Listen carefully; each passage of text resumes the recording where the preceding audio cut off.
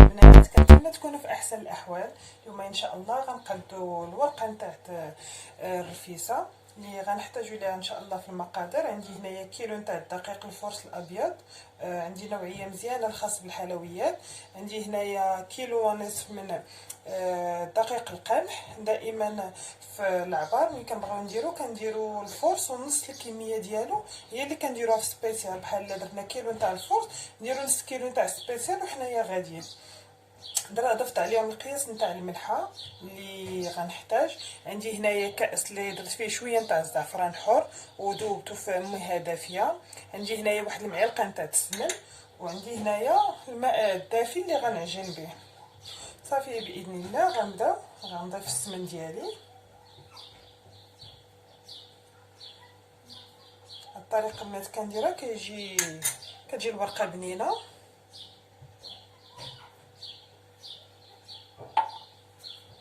نشللها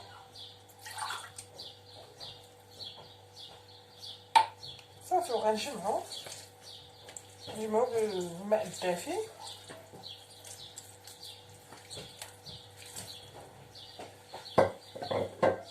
خصوصا الا كنا غنخدمو كميه كثيره كنحسو براسنا ملي كناكلو الورقه ما كتجيناش غير بحال كناكلو العجينه، بحال كناكلو غير بالدقيق عادي. كتجي بنينه في المذاق، داك الزعفران والسمن كيعطيها اللذه.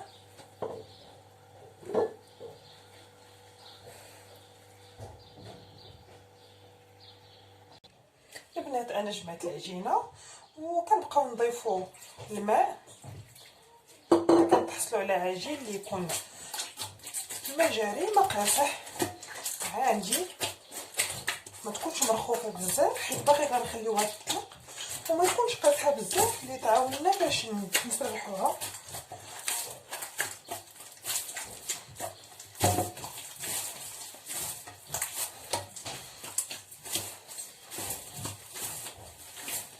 كنشوف فيها ريحه السمن عاطيه. كنديروا السمن نوعيه جيده كيكون حايل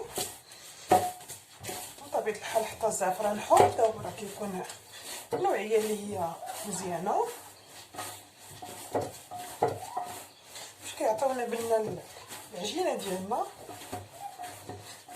صافي على هذا الشكل البنات انا جمعتها. غناخذ البنات شويه نتاع الزيت اللي غندهنها بها، وكيف ما كنقول لكم دائما انا العجينه ما كندلكهاش بتاتا. صافي غير كنجمعها وغنديرها في سلوفان ولا في بلاستيك. غنجمعها ونعطيها الوقت الكافي.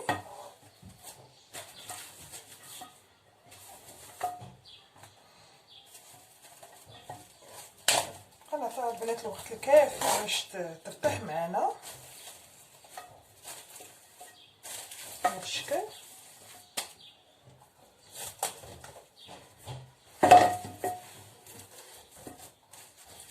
مره غنبقى نعاود نعجن فيها حتى كتطلق معايا مزيان، وكتساعدني باش نقجرها نديرها كويرات. وصافي نغطيها مزيان باش ما نخليش البرد يدوز معاها. صافي بهذا الشكل. وكل شويه غنحل عليها ونعاود نعجنها ونعاود نغطيها واحد 2-3 نتاع المرات حتى كترخى معايا وكتولي معنا العجينه بحال مدلوكه. البنات انا خليتها واحد 20 دقيقه، ها هي رتاحت معايا تقريبا واحد 20 دقيقه.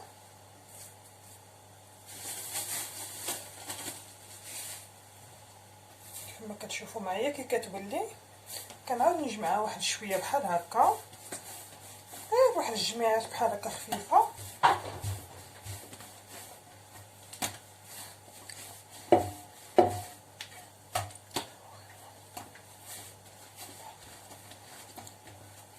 صافي وغنعاود ثاني نغطي عليها. كنعجنها البنات وكنمشيو نقديو، يعني الا عندنا شي حاجه اخرى كنسبقوها هي الاولى. صافي كل شويه كنجيو نديرو ليها بحال هكا،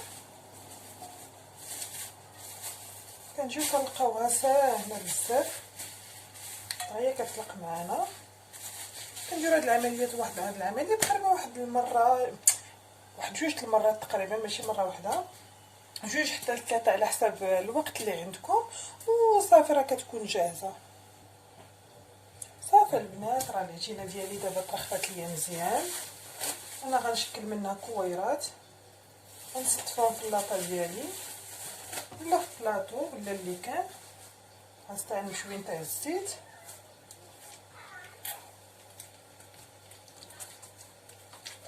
شوفوا العجينه ديالي كتجي بحال مدلوكه.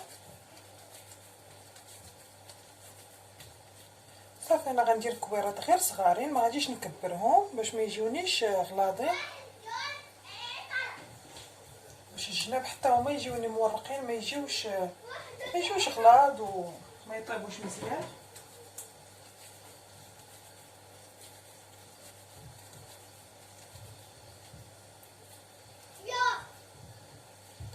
وتقريبا كل واحد على حسب المقله ديالو. انا عندي مقله متوسطه، غندير هذا الحجم هذا. وانتم الا عندكم المقله كبيره زايده يمكن لكم تزيدوا في الكره، ولكن باش ما كانوا صغارين باش ما كيجيو مورقين وكيجيو مزيان، كتجي الورقه رقيقه.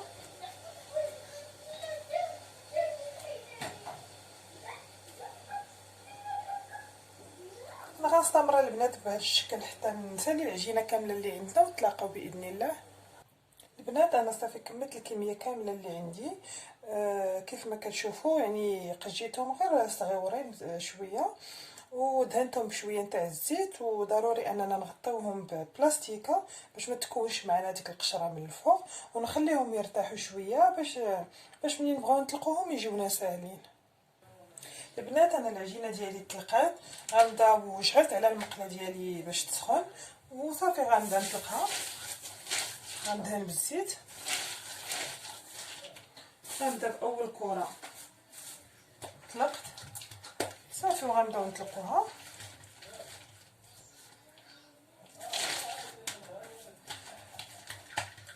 كنبقاو نسرحوها مزيان حتى كتولي رقيقه، حتى كيبان لينا سطح العمل اللي كنورقوا عليه.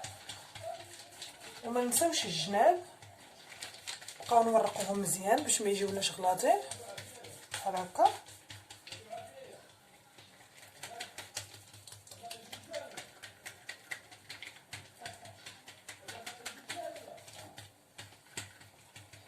صافي على هذا الشكل البنات، يعني حتى الجناب راه نكرسوهم مزيان باش ما تجيناش غليظه.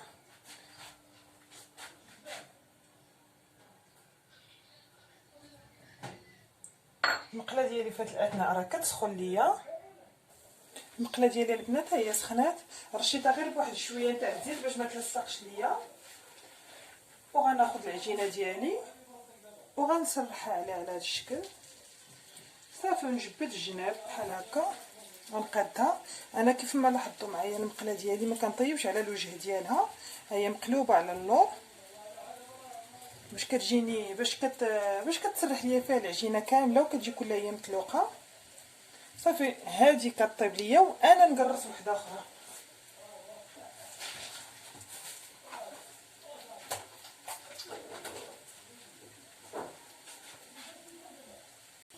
هيا البنات جمعات معايا، غنقلبها على هذا الشكل.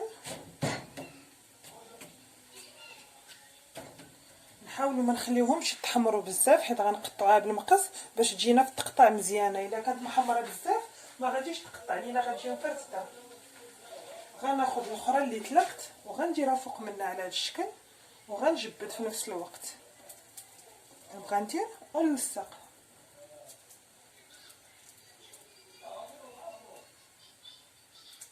واخا كنطلقوها رقيقه نبقاو نجبدو الجناب باش كتجي ترقق. والبوطه عندي يعني متوسطه، ملي كنحسوا بها سخنات لينا بزاف كنقصوا عليها. هذه كطيب وعاوتاني يعني كنبقى هكا العمليه كنقلب، كندير هذيك اللي قرصت وكنعاود نقرص الاخرى بلا ما طيب ليا هذيك اللي لتحت وانا غاديه حتى كنسالي.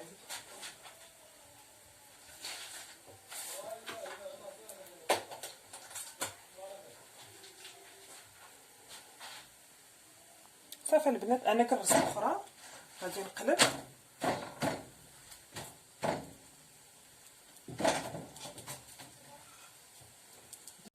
انا قلبتها، غنزيد دابا فوق منها الاخرى. غنبقى على هذا الشكل كندير طبقات، طبقه فوق طبقه. هاد العمليه راه كتجي ساهله وبالزربه كنساليو كميه تاع الورقه اللي عندنا، كتجي محمره مزيان يعني طيبه مزيان. وكيف ما كتلاحظوا معايا انا راه ما كنرش بالزيت، كنطيبها ناشفه غير بديك الزيت اللي كنورقها بها، هي باش كطيب فيها وكتجينا ناشفه الورقه، ما كتجيش ميدمه وكتكهن، يعني نقدروا ناكلوا فيها مزيان. صافي غنبقى على هذا الشكل هذا حتى وكنسالي، ونتلاقاو باذن الله.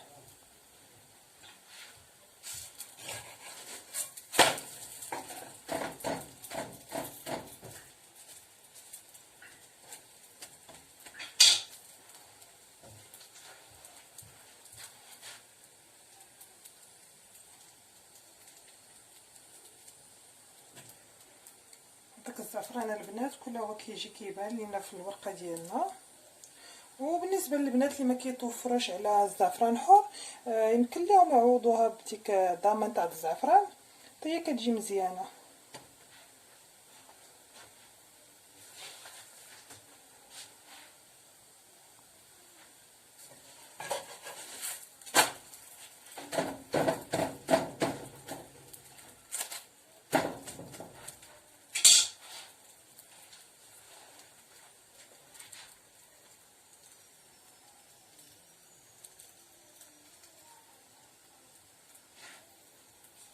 هاد الورقه البنات راه كتجي شفافه، كتجي رقيقه بزاف، كتجي صادقه 100%، وتنجح معاكم من اول تجربه، غير جربوها.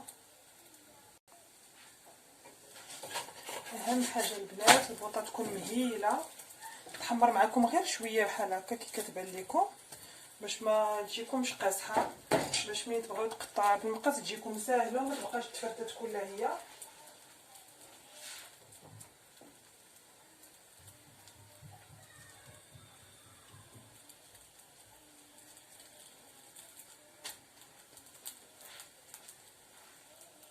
البنات ملي كتكثر عندنا العجينه صافي كنهزو بحال هكا كنقصو منها،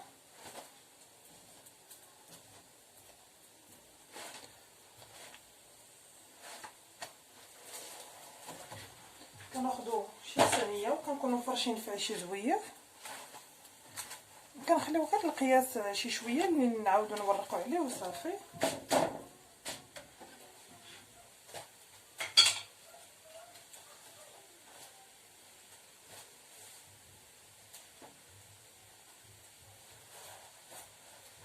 بهذا الشكل.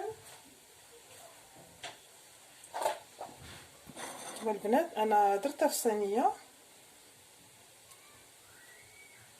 نقرب لكم البنات باش يتبان لكم. انا درتها صوينيه درت عليها زيت، ضروري البنات نغطيو عليها باش ما يقصحش لينا العجينه. وكيف ما كتشوفوا هذه هي الورقه ديالي، راه كتجي شفافه كيف ما كتلاحظوا، راه اليد ديالي كتبان منها، راه كتجي رقيقه بزاف، كتجي ناجحه 100% على هذا الشكل. كلها هي كتجينا كلها هي ورقه واحده. صافي على هذا الشكل غنخليها على هذا الشكل، وغادي نغطي عليها كيف ما يمكن لينا نغطيو عليها هكا، ونعاودو نديرو عليها شي بلاستيكه باش ما تقصحش معنا، باش ملي نبغيو نقطعوها ما نلقاوهاش قاصحه. صافي البنات كناخذوا على هذا الشكل الورقه ديالنا كنتنيوها، صافي كنتنيوها هكا على شكل طولي على هذا الشكل.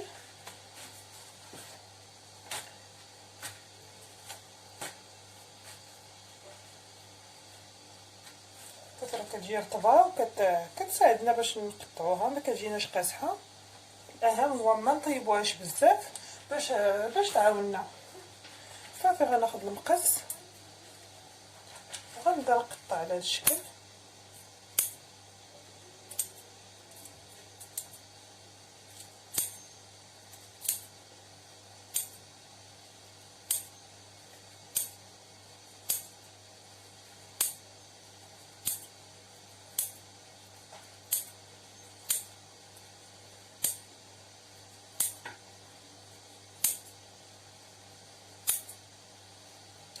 الورقه راه كتجي بحال الورقه نتاع البسطيله.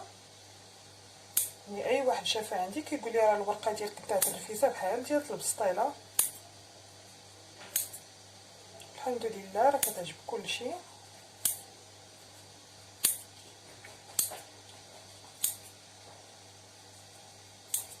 كما كتشوفوا البنات راه حتى الجناب راه ما كيجيوناش غلاضين، كيجيونا رقاقين صافي. وكنحلوها على هذا الشكل، كتجي كل هي محلوله. شفتوا البنات راه كتجي كيف ما قلت لكم ناجحه 100%. نعاود معكم واحده اخرى. الاشريطه ما نرققوهمش بزاف وما نغلظوهمش عاوتاني بزاف.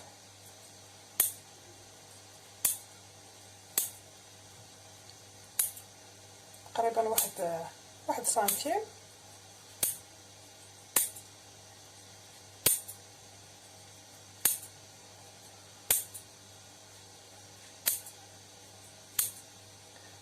الناس اللي كيبغيوها غير مفرتته عاديه راه كيفرتوها. دابا ولينا كلشي بريستيج تقريبا.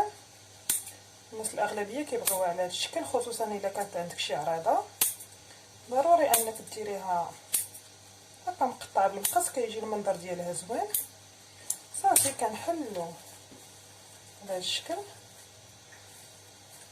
صافي البنات شفتوها كتجي مزيانه. صافي انا راه غنكمل هادشي اللي بقى عندي كامل ونكمل العجينه حتى هي معايا. اهم حاجه هو نخليوها مجموعه اما في بلاستيكه ولا في زويف باش ما تيبسش معنا وصافي. اخواتي انا ساليت الورقه ديالي، هذا هو الشكل النهائي ديالها. كيف ما لاحظتوا هكا كتجي رائعه. نتوما البنات راه ما كتجي لا معجنه لا والو،